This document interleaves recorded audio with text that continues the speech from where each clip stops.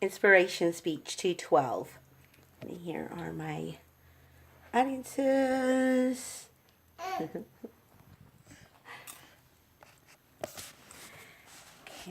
so let's make sure I got some good lighting there.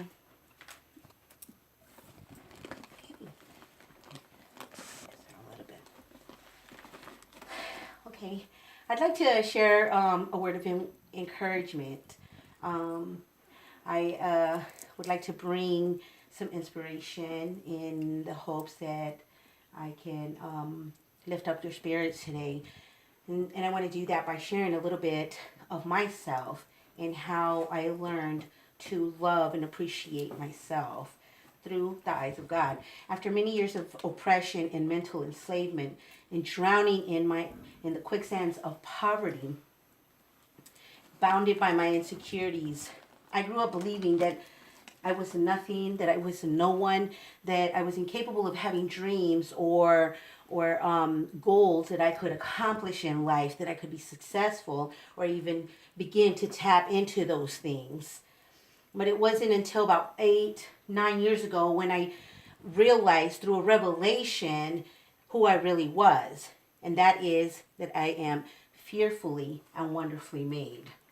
Growing up, the daughter of migrant workers, we had no stability. There was no nurturing. There was no healthy nurturing in our home. We were always living in fear. Didn't know when we were going to get our next meal from, or where we were going to live. If we were going to be able to stay at the campsites where we were in the fields, or if the days were cutting short. My father was an alcoholic parent who was very abusive.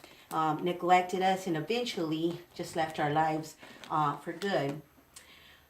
And as a hurting person, the most logical thing to do is to hurt other people. So I grew up resentful and fatherless, and the memories that I had of not growing up in that healthy relationship with my parents. I eventually fell into drug and alcohol and had many broken relationships, and needless to say, became an abuser myself. But one day I found the love letter that I had been longing for so long.